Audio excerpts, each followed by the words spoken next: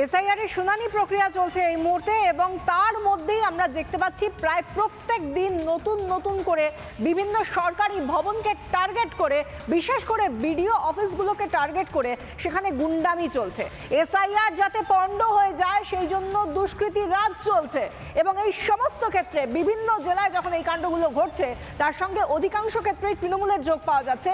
তৃণমূলের নেতা কর্মীরা, এমনকি তৃণমূলের বিধায়ক নিজে দাঁড়িয়ে থেকে এই গুন্ডামিগুলো করিয়েছে সেই ছবিটাও আমাদের সামনে প্রকাশ্যে এসে গিয়েছে। এবং তারই মধ্যে রাজ্যে বিরোধীদের বক্তব্য, মমতা বন্দ্যোপাধ্যায়ের উস্কানিতেই এসআইআর পণ্ড করার জন্য এভাবে সরকারি সম্পত্তি ধ্বংস করার গুন্ডামি চলছে।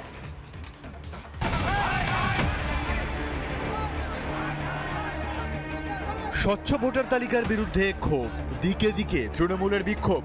কর্মীদের উস্কানি দিলেন তৃণমূলের নাম্বার 2। প্রত্যেক এইআরও আর ইআরও অফিসের বাইরে তৃণমূলের প্রতিনিধিরা থাকবে। অন্যদিকে বেলডাঙ্গায় শুক্রবারের তাণ্ডবের সাফাই দিলেন মুখ্যমন্ত্রী। তিনি বুঝিয়ে দিলেন তার করার কিছুই নেই। ফ্রাইডে জুম্মাবার পবিত্রবার, যেমন শিবেরও বার, মা দুর্গারও বার, সন্তোষী মাতারও বার, তেমনি ফ্রাইডে জুম্মার নেওয়া যায়। এখন যদি দুর্গাপুজো দেখতে এসছে কোটি কোটি লোক, সেখানে আপনি যদি একটা মাইক লাগিয়ে দেন তাহলে সবাই শুনবে। তো ফ্রাইডে জুম্মাবার এমনি সংখ্যালঘুদের কাছে একটা সেন্টিমেন্ট আছে।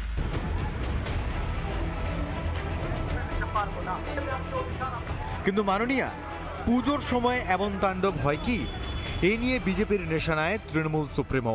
মুখ্যমন্ত্রী সরাসরি বলছেন, কাউকে বলছেন বেঁধে রাখতে বলেছেন, তিনি বলেছেন, তার দলের নেতারা তার থেকে প্রশ্রয় পেয়ে বা তার অনুপ্রেরণায় অনুপ্রাণিত হয়ে বলছেন যে বিজেপিকে বা কোনো কর্মীদের মাটিতে পুঁতে ফেলবো। এই পোঁতার শক্তি কার কত আছে সেটা তো কয়েক মাস পরে বোঝা যাবে। এসআইআর এর বিরোধিতায় পথে তৃণমূল, দিকে দিকে চলছে তাণ্ডব।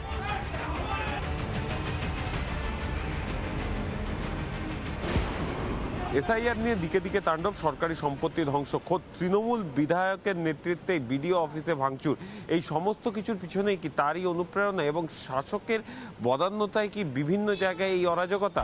রোহিঙ্গা বাংলাদেশি অবৈধ অনুপ্রবেশকারীদের এই বাংলায়, এই ভারতে রাখার জন্য মরিয়া প্রয়াস এসআইআর কে বানচাল করব।